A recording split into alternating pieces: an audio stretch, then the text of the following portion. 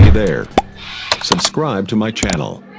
And also press this bell icon. बिस्मिल्लाहिर्रहमानिर्रहीम। अस्सलामु अलैकुम वरहमतुल्लाहि वबरकातुहू। इमरान इस्लामिक स्टूडियो के माज़िज़ ख़वातीन और हज़रात, उम्मीद करते हैं कि आप खैरियत, आफ़ियत और सलामती के साथ होंगे।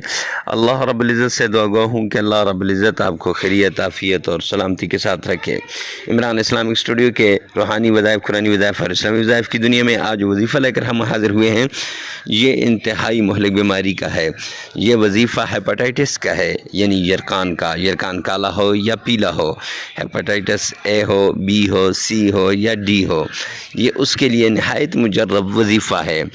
ये वजीफ़ा हमें एक बहुत बड़े आलिम ने बताया, हमारे उस्ताद मोहतरम ने हमें बताया, और ये वजीफ़ा बहुत ही मुजर्रब वजीफ़ा है।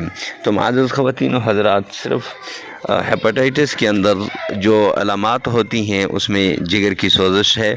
जिगर की सोजिश की वजह से हेपेटाइटिस हो जाती है, और अक्सर इसमें टूथब्रश को शेयर करने की वजह से हो जाती है, या रेज़र की वजह से भी दूसरे के जरासीम लग सकते हैं।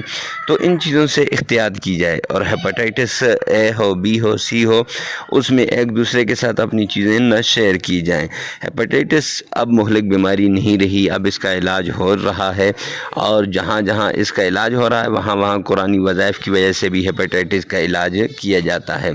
तो कुरानी वज़ाइफ़ में आपने कुरानी वज़ाइफ़ को सुनने से पहले अगर आप हमारे चैनल पर नए हैं तो हमारे चैनल को सब्सक्राइब कर दें, साथ लगे हुए बेल आइकन को लाजमी प्रेस कर दें, ताकि हर नई आने वाली वीडियो सबसे पहले आप तक पहुंचती रहे।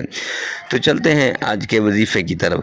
तो हमारा वजीफ़ा यह है कि सूरह इखलास और सूरह कुरैश, इन दोनों को आपने 100 बार पढ़ना है, और अव्वल आहर 3 बार दुरूद पाक पढ़ना है।